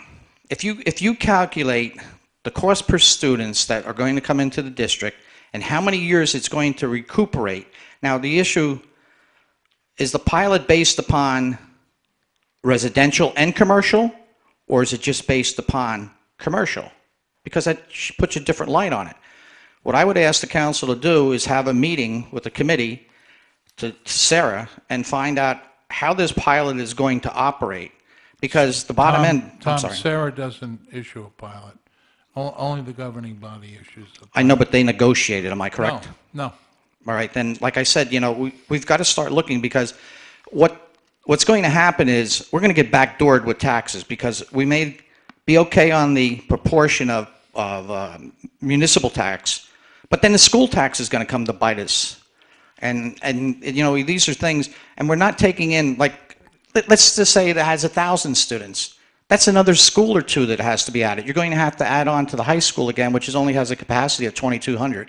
You're going to have to add on to the middle school. You know, I don't think the taxpayers in this town want more referendums and have their taxes banged again, you know? You know, it comes to a point in time where, you know, we all pay our fair share. Well, Kaplan's paying his fair share for Town Lake. He's paying his fair share with the residents that are coming into Lemire. I mean, these are things that we're going to have to look at here. And I wish the council would do this, you know, start thinking about the future. You know, the big picture is not all about what you're going to save. The big picture should be is what's it going to cost us, because there's always a cost involved with this. The other thing that was mentioned, the gentlemen were here for the Main Street bypass. With this program that was put out, this bypass is actually going to come right into part of the project here of the point. And to me, it looks like it's going to be a lot of traffic. You know, you may have a straight shot from, we'll say, River Road, but once you get into this this point over here, it's going to be a little troublesome, I say. And the other question I have with the development here, I'd recommend, Mr. Mayor, you got a copy of this, didn't you? And Mr. Rittenhouse, you got a copy because you attended the movie? I gave Yeah, that's what it was, a movie. I think I gave mine to you, Tom. But I appreciate it. We can get. Yeah, I mean, you know, there's parcel A here. You know, this is on the map here, but it's not part of the development here. Parcel A is a nature preserve. Well, no, according to what I understand, then. Well, you had A, which was on the Route 35 side. Correct. B, which was the old drive-in side, and C, which is the largest of the three parcels where the majority of the development is going to happen. See, what I understood, I don't know if you can see this here. This is what I understood what Mr. O'Neill was talking about, this area down here heading towards the steel mill side. That's what I understood would be the 12 acres of solar farm, and the other acreage would be for a natural preserve. Maybe I'm wrong, but that's the assumption. What is it? Let me take that assumption away. Tom, I don't know I'm not following your question. No, I'm just saying, to me, you're saying that parcel A, the one extreme to the right of this page, will be for the. Well, now, you have a whole, there were originally three parcels of land, A, B, and C. Correct. A became a nature preserve that's on the east side of Route 35. Correct. That's what you're saying. B is the drive-in. Am I getting it right, Jay, or am I getting the letters reversed? No, that's correct. The east side of Route 35 is parcel A, which is the nature preserve, as you're calling it. That's open Okay. space. That's already been remediated. That's been developed. So Is that where the solar farm is going to go also? You're correct with the solar farm. That's going to be on the westerly side of the site where the old landfill on the National Ed property was. That's what Mr. O'Neill indicated. And that's going to be ramified also? Yes, that's where the. Okay, solar now farm how many is on the acres west. is it, how many acres is this piece of property? I'm sorry for everyone if you don't have a copy of this here, but, you know, you've got to attend the meeting and you'll find out. Overall, you're in excess of 400 acres. the Right, but entire this site. parcel over here that I thought was supposed to be a preserve also. I don't recall the acreage, but that was going to be a combination. It's the old landfill site. It was going to remain undisturbed with exception to the solar panels. Okay. Again, you know, I'd look at the negotiations that have to go on here because, like I said, you know, just coming into the school district. Tom, you understand that many times a pilot program, the borough gets more money from a pilot than they would get if they just went through straight taxation. It's a way of enticing development or redevelopment, and it's also like if you go down Journey Mill Road to any of the power plants, if Joe Cupps went down there and just taxed them on the structures they had, they're basically large Quonset huts with $1 billion worth of generating equipment inside. We cannot tax the equipment. We can only tax the structure. Ergo, we put in pilot programs which pays us far more money than any straight taxation would. So the taxation or the amount of money coming from pilots, theoretically, will be far greater than if we just went the normal route and did taxation. On top of that, it invited the development. Now, the O'Neill family, last time I talked to them, they had about $100 million into the purchase of the property and the remediation. So the article in the Philadelphia Inquirer, over the years, Mr. O'Neill Sr. has called me about different things I might read in the paper or in the news, different litigations they're involved with. My experience is that it's not unusual for developers and large developers to be in a series of litigation with lenders, with all kinds of people on a continuous basis. It seems to be pretty standard fare. That being said, to say, you know, and I remember the one incident where he told me, I forget who did what to whom, but it's an old strategy. You know, the guy sues you for $10, you sue him for $10 million. You counter sue him for $10 million. You know, there's nothing new in that strategy, and it was nothing that I was going to get involved in. Now, for the 16 years that I've been mayor, I've met with a number of different people with different ideas about the National Ed project. I've had governors call me asking me to meet with people, which I've done. I met with NASCAR. Governor McGreevey contacted me. NASCAR was looking for a site in Metro New York. I met with them.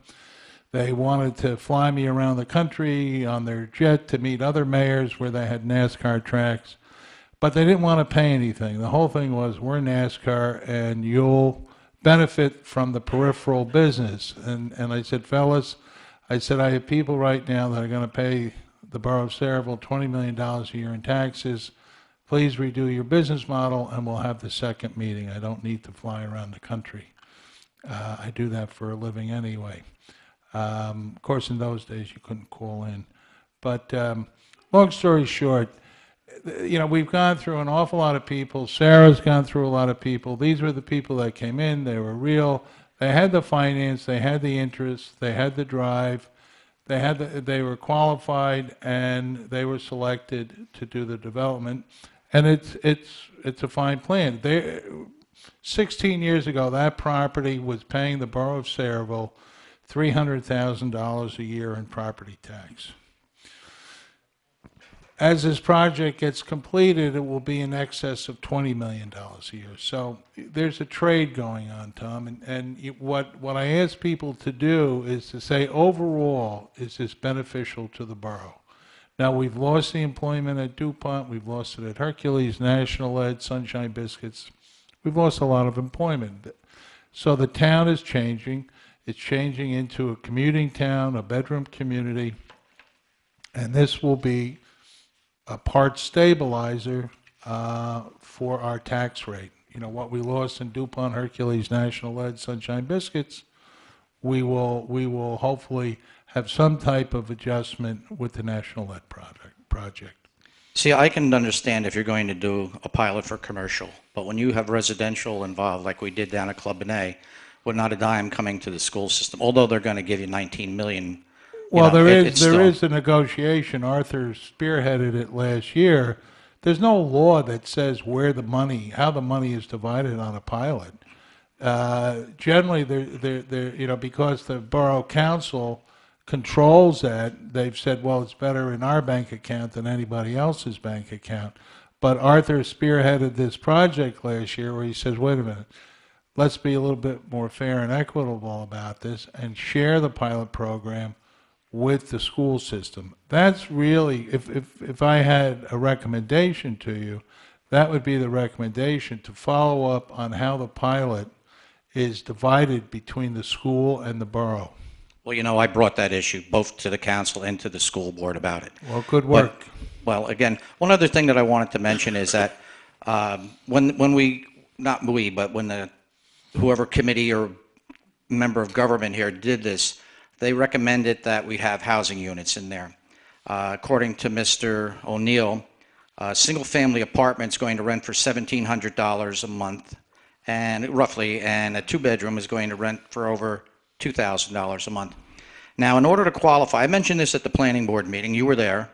You got a clerk working there in $10 an hour. They're not going to live there, Tom. That's what I mean. But the original proposal, excuse me, Mr. Mayor, the original proposal that was told to the people of this town is that the people who could work there could also live there, but they won't be able to afford it. I don't think the numbers in central New Jersey are not working in favor of the hourly worker. As far as I know, anywhere in central Jersey, it's a difficult marketplace for first-time home buyers.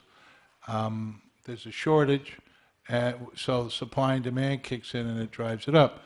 Tom, I will tell you this, for many years, I told everybody that came with a development plan that we would not entertain a residential component, and every developer told me that it doesn't work, and that what we were looking for, which was essentially a new center of town, vibrant with commercial, retail, restaurants, all that stuff, they said if you don't have a residential component, you end up having a ghost town at night.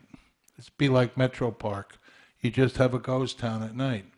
And since the office market was soft to non-existent, there had to be a compromise. So in order to get the things that we're getting, and in order to make the whole financial package work, and to make the whole development work so that it wasn't a ghost town at night, you needed the residential component. And that's been proven around the country with similar developments. Well, just one thing to remember, the more people, well, first of all, the infrastructure that we have is not going to be able to accumulate. Tom, Washington Road- when you were a boy, how many people lived in Sayreville?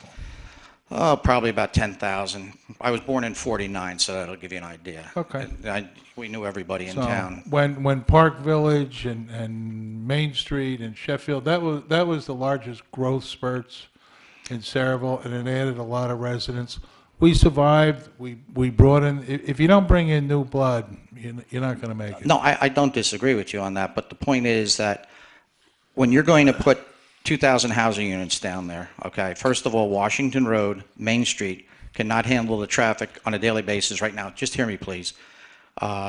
Second of all, we're going to have to provide more services, and services take more people hired by the borough, and, you know.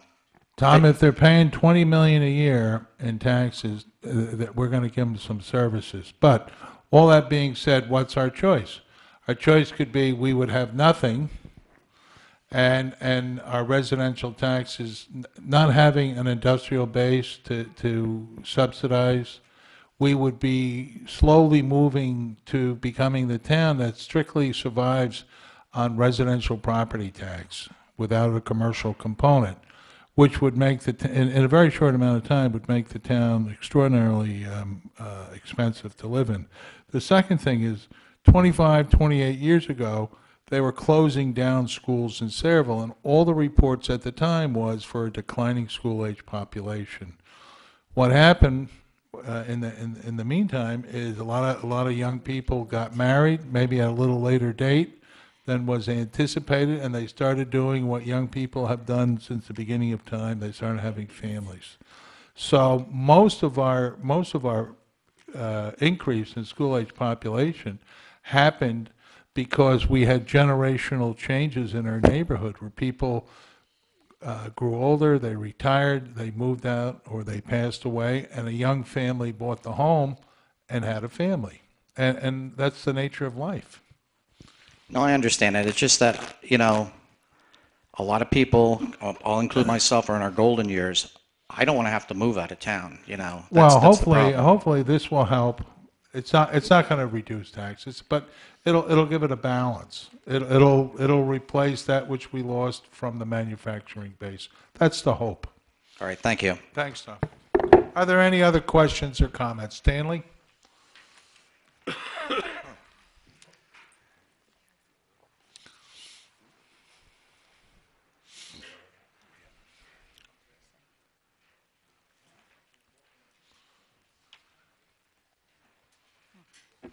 Stanley Droll, 121 Bezette Street. I came up here today because I watched the last meeting on television, and I wanted to discuss the proposed public works facility that was talked about quite a bit at the last meeting. I came here almost exactly a year ago because I looked at my record and had the same discussion last year, and this has been going on about 12 years if I look back on this public works facility. First of all, I'll go on record saying that we don't need a public works facility. I think that's part of the problem. We do need a borough maintenance facility, and I supported that many years ago. But a couple of things I want to point out that came out, I think, wrong in that last meeting that were not factual. Number one, you need a salt dome. That's been discussed for about 10 years. When Jeff Bertrand was working on it, I was on the committee for Public Works. We were going to put it at Fort Grumpy at one point. And that was the cheapest option. In fact, Jeff even had a cheaper option that he looked at, but I was leaning more towards the better one, the more permanent one that would have cost a little more, but I think it would have been a better one. But the point was Fort Grumpy had the space. Fort Grumpy does meet all the requirements. There's been a rumor that it doesn't meet DEP requirements, which is poor baloney. I still have the paperwork from when I was on the committee. The only requirement, and it actually says it's not required for Tier A municipal de-icing storage facilities, but should be considered when putting this facility, and that was being 200 feet from a body of water. Actually, that's 800 feet from a body of water. That's the only requirement that even came close. And again, it's not even close to the 200-foot limit. So Fort Grumpy was the cheapest method or the cheapest option we had, and we could have done it already, but election was coming up and nobody wanted to be portrayed as the big spender of taxpayer money. So my recommendation again is, we've been discussing it forever, if we really do need a salt dome, we should just do the plan at Fort Grumpy because it was the cheapest one and easiest to do right away.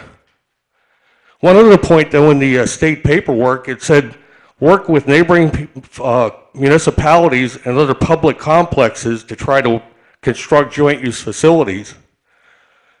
We keep talking about working with the county and what a big problem is. I'm not really sure what that is. I've heard it for 12 years, but it would make sense to do it with somebody else, but if we can't, for whatever reason, again, go back to Grumpy. So I want to comment at the Salt Dome. The second one, and I heard a lot of things discussed about this municipal garage. Eddie Streck was up here. He's got experience. Although my experience was in the military, and people thought that was a bunch of baloney and laughed at it when I brought it up several years ago, I did run motor pools that were much larger than this one here. And I guess the U.S. Army is kind of a joke to a lot of people. Unfortunately, we managed to win wars anyway and run a lot of high-tech equipment. My motor pool with 250 heavy vehicles, both tracked and wheeled vehicles, I actually went and looked at my records. We had 250 vehicles. In Garrison, we had 8 bays, maintenance bays, for 250 vehicles. Of those 8 bays, not one bay could take the larger armored vehicles inside the bay. It was like that for about 30 years, from what I understand historically. What did we do? Like Eddie said, we worked on the vehicles. If we could pull the front end in, we did in the winter. We worked in the desert, we had no place to work except outside often. If we had to pull a pack on a heavy vehicle, we did motor transfers outdoors all the time.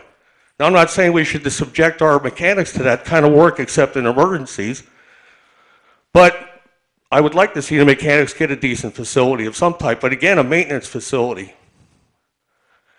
And one of the things that was brought up is that the mechanics, the implication was we have too many mechanics. We should put that aside because we looked with the council years ago, and not many years ago, went to 2 or 3 public maintenance organizations, fleet maintenance facilities. And the number of vehicles per mechanic in Sayreville is much higher than any recommendation of the 3. So our mechanics actually are working per number of vehicles is higher than recommended. So our maintenance facility, being old and inadequate, just kind of slows us down. So what I'm saying on a maintenance facility is we need one, but what is the proper maintenance facility we can afford? What we want and what we need are 2 different things. Of course, we all would like to have the platinum facility. I would too, but is it necessary? Could we afford it? Looking back on some of the council meetings on television, when we had the animal problem, a few $1,000s we couldn't afford. When I asked about cleaning the roads, sometimes the garbage on the roads, we don't have money. When it's 10 grand or 20 grand, it seems like the borough's broke. But when we talk about a $16 million public works facility, all of a sudden we've got all this money that's available. As somebody who lives here in Sayreville, was on the council, I support the idea of a better maintenance facility, but why don't we talk about a maintenance facility? Not this big public works facility that's got to be everything under the sun. I don't think Sayreville could afford it. Tom just talked about all the school kids are going to be coming in here in a couple of years. You know, this town isn't rich. I just drove down to Tangletown after the storm. How many of you have been up in Tangletown lately? I got a Jeep with 18-inch tires, and I almost blew the tires out in Tangletown. My street's one of the better ones in Sayreville, supposedly, but I just looked at it now that the snow melted. I got cracks all over the roads. There are big hunks starting to come out of my road, and mine's one of the top tier in Sayreville, evidently, by the road maintenance schedule. So my point is, we've got a really crummy infrastructure in Sayreville. We all know we got potholed streets everywhere. We need a maintenance facility. We need a salt dome, but we don't need the massive public works facility. I'd rather see the mechanics get a good facility and do maintenance. We can park vehicles outside. Of the 250 vehicles I had, I parked 5 indoors. And they were all high-tech classified electronics vans. That's why they were inside. You can operate vehicles. I think Councilman McGill mentioned that. Maintenance facilities are stored outside. I went down Route 1 last week. I think it's Public Service or one of those companies, Jersey Central. They got all their vehicles parked in an open bay outside, everything. So, again, we should look at doing what's smart. Which leads to the last point, which I brought up last time. For some reason, this property that DuPont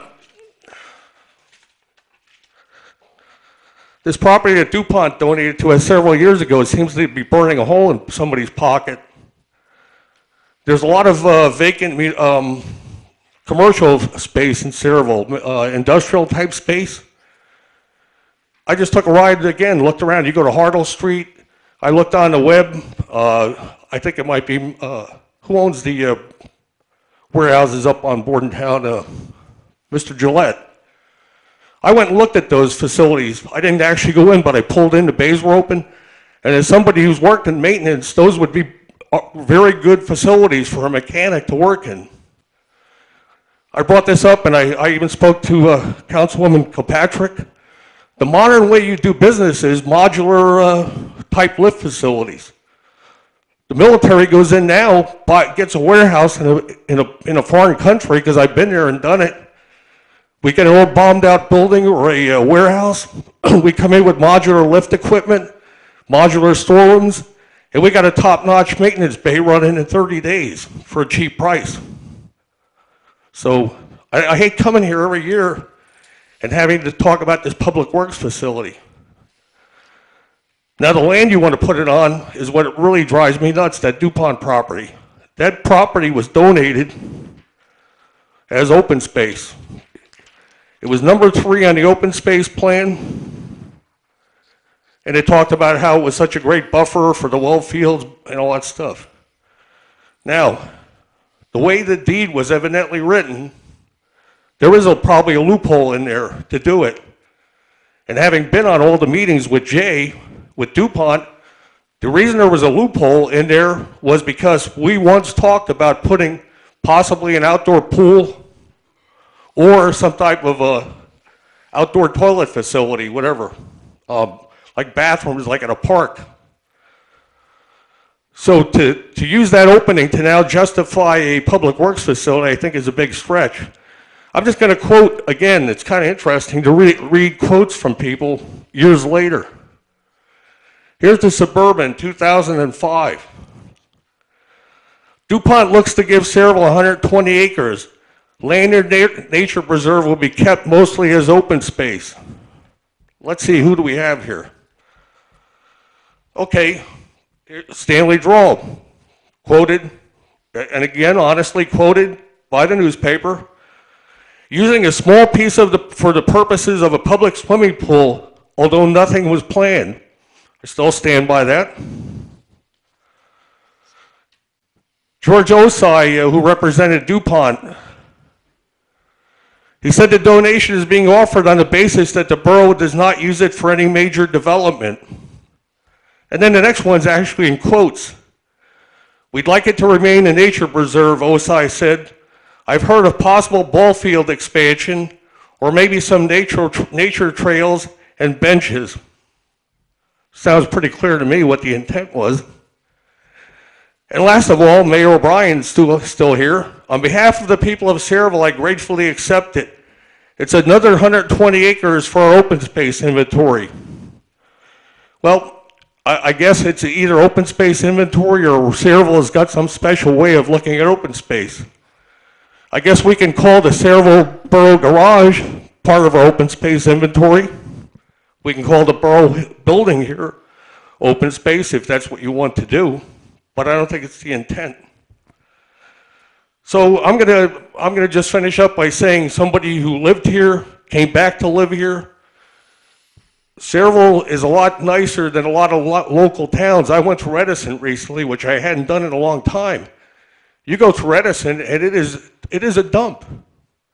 It's warehouses, it's houses, it's apartments. It's like you're driving through some never-ending mix of warehouses and buildings and houses. Sayreville still has some nice wooded areas. It breaks up the town, gives it a little character. So I can't force anybody to do anything, but I'll say one thing, having fought to get this land, I will do everything in my power to get the people who appreciate this town to come out and fight any effort to destroy that nature preserve. Not when you have public available possible places to put a garage that are already built and commercially available. It just takes a little effort to go out and ask. That's all you got to do is start looking around. I bet there are a lot of property owners right now would like a long-term contract with the borough. So thank you. Thank you, Stanley. If I may, Mayor? Go right ahead. Thank you. Hi, Stanley. We did have a great discussion, and I just wanted to clear up a few things. I think that a lot of people here, because this project has been something that's been discussed not just for 12 years, but I think as 20. So individuals that have been involved in the council or been involved in this process years and years back are immediately thinking that my intentions and my plan or my vision or my ideas for bringing this up are exactly the same that persisted 20 years ago. It's not necessarily the case. I hear a lot of discussion that we're going to use this property, we're going to use DuPont. That, no land has been acquired, no properties have been decided on. As a matter of fact, the actual public works facility, it's not even on this year's budget. It's been pushed to the following year because this is going to take time. I'm not looking, and when I spoke to Mr. Drawl, I've lived here my whole life. The last thing I want to do is to see any space that was earmarked or were in discussions to be used for a certain purpose to then be changed and used for something else. I'm a lover of, I hunted since I was 12 years old. There were a lot of, I think, I don't know, maybe perceived ideas about the kind of person that I am. Trust me, I've grown up, my father worked in a sheet metal shop. That's where I grew up when I was a kid. From the time I was 8 years old, I drove back and forth and I got to operate big machines, Weedomatic operator and things like that. So I think the assumption that I didn't know what I was talking about when I walked into the garage and saw what I saw, my father taught me, you're a girl, but you can do anything a boy can do. And I wasn't allowed to even get my driver's license, so I knew how to change a tire, check the oil, and do all that. So I'm not this prissy thing that walked into the garage going, oh my God, there's oil. No, that's not how I operate. I grew up in Laurel Park. Anybody up here, when we were discussing the property, I voiced concerns about using the property across from Laurel Park. That's where I grew up, Cedar Terrace. I have concerns when you put any type of public facility, public works facility, near baseball fields where kids are. My own daughter, I'm trying to figure out how the hell we've been sitting here for so long with our public works garage right next to volleyball courts, playground, and a park without somebody, God forbid, getting hurt. I wouldn't let my own daughter come over there with me when we had snow because there's no way that these guys can see a little tiny kid with these huge trucks. I want to make it clear, this is the beginning stages of something, and I'm open to listen to anything. I was thrilled to hear pool. Trust me, you have no ideas. I have 3 years up here before either you guys vote me out or keep me on. I got it. Pool? Let's go spray park. Let's go pool. There's plenty of things we can talk about over there. I'm not looking to build the Taj Mahal of public work facilities or whatever you want to call it. I'm looking to get something that is going to help our infrastructure, get our town functioning more efficiently, help our mechanics be able to work and operate on machinery that we have, and do it so that way the holes and the potholes that we run across every single day are fixed quickly. That way our roads look clean and neat. I'm not looking to break the bank here. So whatever happened years past, I think the public works facility became political fodder. I remember reading that, I agree with you, shared services would be great, but I think we saw that approached with Mr. Henry and the idea of using a public works facility in conjunction with South Amboy, and didn't that become like big campaigning that Mr. Henry was working in cahoots with his brother? and that was going to cost us all kinds of money. I'm not here to play that game. I just want something that's going to work, and I appreciated you taking the time to call me and talk to me. But Jay and I think Dan, I'm not looking to ram this through immediately. I want to do what's smart and what's right for the people and for the finances that we have. And I'll talk to anybody that wants to give me information.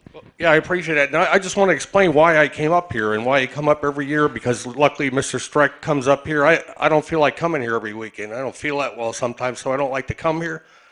But I'm glad the cameras got in here because at least I watched it on television. But I'll explain why I come here and why other people come here. Those of us who have been around here the last 10 years have seen many instances where something comes up that night and it's a done deal. And that's what worries me is, like I said, you want me to bring the troops out, I'll start making phone calls. I'll get the tree huggers, the guys who walk the dogs, the old guys from Laurel Park who walk out there. If that's what it takes, we'll go. I'll get Tom Bishada to help me. We'll get 200 people in here if that's what it needs, but why do that if you don't have to, is my point. But what we fear is, honestly, I've become a little distrustful from watching things work.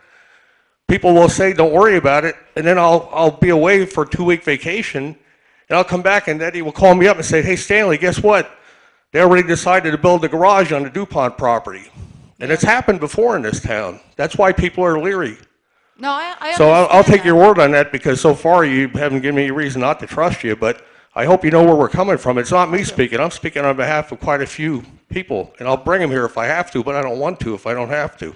Listen, I appreciate that. Jay can tell you, I asked him for plans. I wanted to get the history of what this whole process and project was. One of the first things I saw on the one piece that you were talking about, the DuPont property, I think I asked you, Jay, or I'm pretty sure it was Jay, where did the basketball fields and all those things, or basketball courts that were included in that initial plan, where did that come from? So I'm not a person that is just looking to jump the gun here. I reached out to Dan. I said, Dan, can we find out about any of the deed restrictions, what the situation is regarding the DuPont property? I'd rather have all the information, make informed decisions. I'm gonna just finish up on a deed, because this has been beaten to death the last 2 years about the deed. Again, it's New Jersey. You know, it was written because we wanted to possibly build a pool. You know, you could find a way to build anything. You could probably build a skyscraper if you can get the votes in New Jersey. But I'm going to end on this. I watched television this weekend, the political shows. I like to watch them on Sunday. And I was thinking as borough council and coming here tonight, there was a statement made about some national level politician said something this past week that was pretty controversial. And they said, one person said it right. Every day in Washington, D.C., I see a politician who has done something unethical, wrong for the taxpayer, and able to say with a straight face, I broke no law. So that's what I say about the deed restriction. Yeah, I just wanted the info on it so I can make an informed decision. Thanks, Stanley. Are there any other, Doug, did you want to make a statement?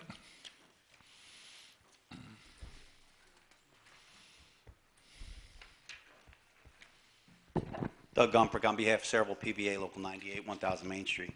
Mayor, I come before you because I had a little issue with finance or payroll, and at this point I would prefer to speak in closed so there's no embarrassments out here if that would be possible. If it's not possible and we have to move forward with. What would it be under, Doug? You can, Counselor? It's only personnel, contract negotiation. It would be under personnel. I think he's talking about a specific person, personnel, so it would be closed, yeah. Yeah, it's got to have a rice notice. I wouldn't suggest that you bring up that specific person's name unless we properly rice notice him. Okay. If you'd like to talk to me after the meeting, we can certainly talk about any. Doug, there's going to be a break between this meeting and the agenda meeting, so speak to the attorney. And listen, it's at least under my watch, I like it transparent. So let's see if we can get you in and get these questions answered for you. Okay, very well. All right? Okay, thank you. Are there any other questions or comments? All right, being no other questions or comments, I'll take a motion to close the public portion. So moved. All in favor? Second the motion, Mayor. Arthur? No, I Arthur? Arthur? Thank you. Second. Okay. Is there, hey, before I adjourn this and we go to the public portion, really so we don't have to move everything into the little room, is everybody staying here for the agenda portion? As former Councilman Drawl said, a lot of times there's action here that when there's the least amount of people, so I actually encourage people to stay. So if I have enough people, then we can have the agenda meeting here. We have a lot of people that are staying. I see a show of hands. All right, we're staying here. We're going to take a 5 or 10-minute break. So with that, I'll take a motion for adjournment. So moved. Is there a second? Second. All in favor? About 5 or 10 minutes, everybody.